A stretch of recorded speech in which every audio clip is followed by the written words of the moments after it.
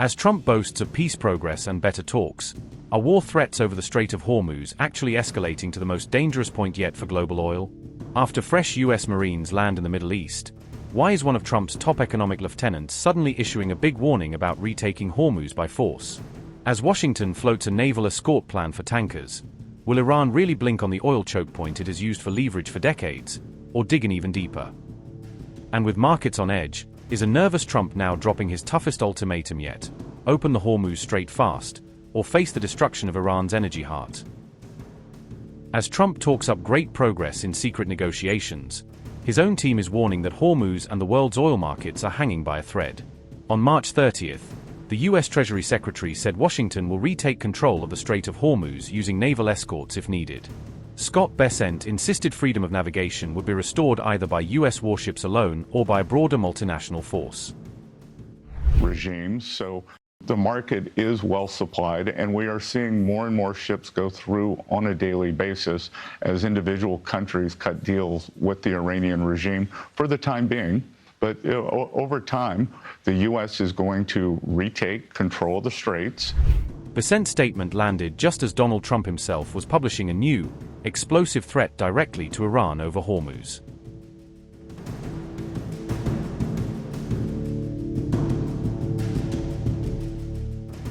On March 30th, Trump warned that the U.S. would obliterate Iran's power and energy network if his conditions are not met. His list of potential targets stretched from electric power plants and oil wells to desalination sites and the critical hub of Kharg Island. He warned that if the Strait of Hormuz is not immediately open for business, those strikes would follow as the final phase of the campaign. Trump said, and I quote, "The United States of America is in serious discussions with a new, and more reasonable, regime to end our military operations in Iran. Great progress has been made, but if for any reason a deal is not shortly reached, which it probably will be, and if the Hormuz Strait is not immediately open for business, we will conclude our lovely stay in Iran by blowing up and completely obliterating all of their electric generating plants, oil wells, and Kharg Island, and possibly all desalination plants, which we have purposefully not yet touched.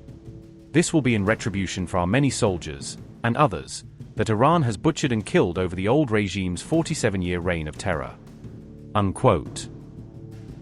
Notably, Kharg Island handles almost all of Iran's crude exports, close to 90%, before those tankers even pass through Hormuz. The strategic hub has a loading capacity of around 7 million barrels per day, making it one of the most sensitive energy nodes on the planet.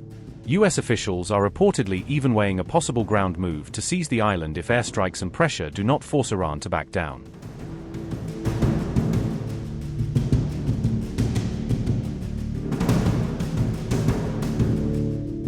On March 27th, Washington quietly deployed roughly 3,500 Marines and sailors aboard the USS Tripoli into the region.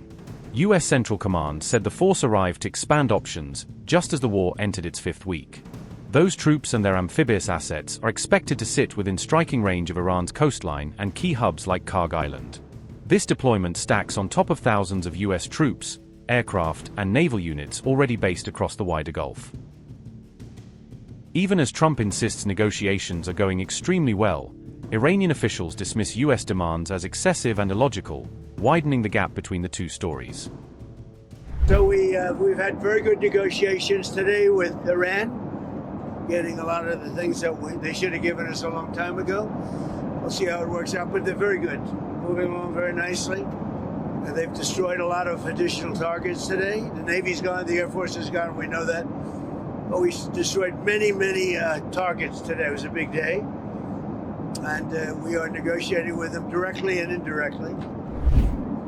As you know, they've agreed to send 8 boats 2 days ago, and then they added another 2, so it was 10 boats.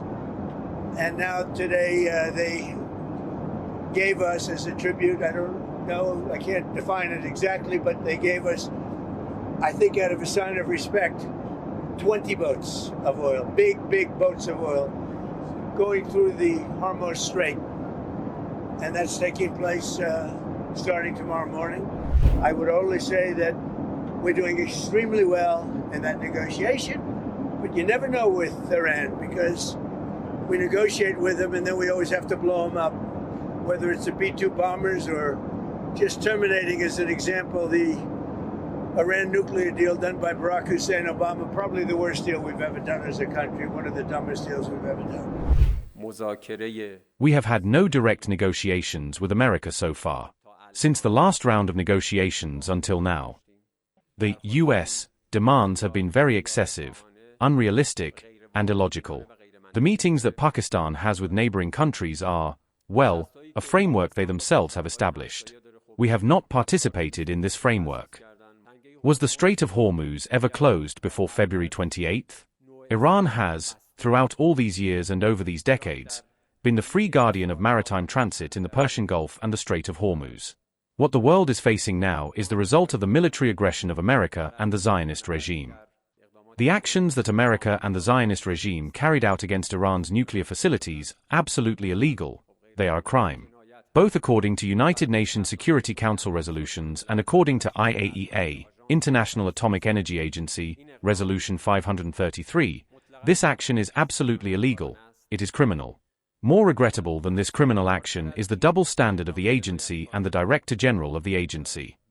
Can it be allowed that Iran and Iranians be in a position of confronting the illegal aggression of America and the Zionist regime, to use the available capabilities on the soil of regional countries while our armed forces remain silent? The duty of every authority demands that it respond to such cases with all its power.